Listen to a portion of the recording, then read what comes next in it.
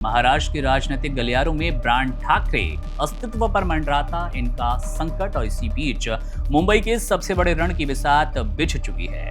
नगर परिषद और नगर पंचायत के हालिया चुनाव नतीजों ने उद्धव ठाकरे और राज ठाकरे के पैरों तले जमीन खिसका दी। जहां बीजेपी के नेतृत्व वाली महायुति ने 70% से ज्यादा सीटों पर कब्जा जमाकर ब्रांड ठाकरे की चमक को फीका कर दिया।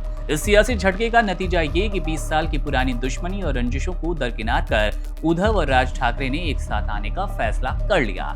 लेकिन मंगलवार को जिस गठबंधन का औपचारिक शंखनाद होना था, वो ऐन वक्त पर सीटों के पैंच में उलझ गया। वर्ली के NSCI डोम में होने वाली जिस साझा प्रेस कॉन्फ्रेंस को शक्ति प्रदर्शन के रूप में देखा जा रहा था, उसे फिलहाल टालना पड़ गया। उद्धव ठाकरे की शिवसेना UBT और राज ठाकरे की मनसे के बीच BMC सहित राज्य के 29 नगर निगमों को लेकर गठबंधन का रोड मैप भी तैयार हो चुका है। लेकिन नासिक और मुंबई के कुछ खास इलाकों में सीट बंटवारे को लेकर मामला फंसा है। संजय राउत का तर्क है कि गठबंधन तो दिल से हो चुका है, बस कुछ तकनीकी पहलुओं और कार्यकर्ताओं की भावनाओं को साधने के लिए ऐलान कुछ वक्त के लिए टाल दिया गया। हकीकत तो ये कि ये चुनाव उद्धव ठाकरे के लिए साख बचाने का आखिरी मौका है। मुंबई के BMC पर पिछले 3 दशकों से ठाकरे परिवार का एक छत्र राज रहा और अगर ये किला ढह गया तो ब्रांड ठाकरे की सियासत हाशिए पर सीधे रूप में पहुंचती नजर आएगी। एकनाथ शिंदे और देवेंद्र फडणवीस की जोड़ी ने जिस तरह से जमीनी स्तर पर उद्धव के सियासी आधार को कमजोर किया, उसने ठाकरे ब्रदर्स का अस्तित्व और उनकी लड़ाई लड़ने की मजबूरी को और बढ़ा दिया। 15 जनवरी को होने वाले मतदान के लिए महायुति ने अपनी घेराबंदी तेज कर दी।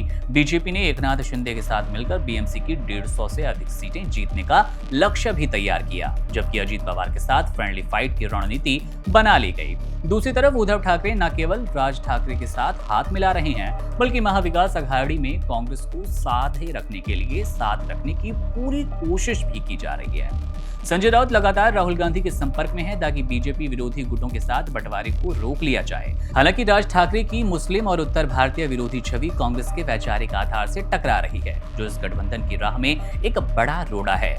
BMC का 75,000 करोड़ से अधिक का बजट और मुंबई की सड़कों पर शिव सैनिकों का दबदबा ही वो ऊर्जा है जिससे ठाकरे परिवार की राजनीति चलती है। सत्ता से बेदखल होने के बाद कार्यकर्ताओं का गिरता मनोबल और नगर परिषद चुनावों में सिंगल डिजिट में सिमट जाना उद्धव के लिए खतरे की घंटी है। ये चुनाव सिर्फ पार्षदों की हार जीत का नहीं, बल्कि बाला साहेब ठाकरे की विरासत को बचाने की एक आखिरी जंग के रूप में भी देखा जा रहा है।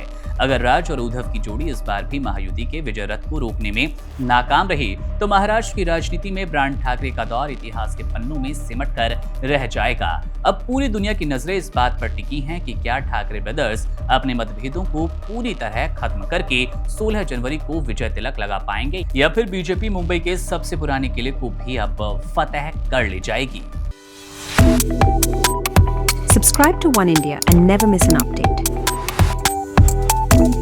Download the One India app now.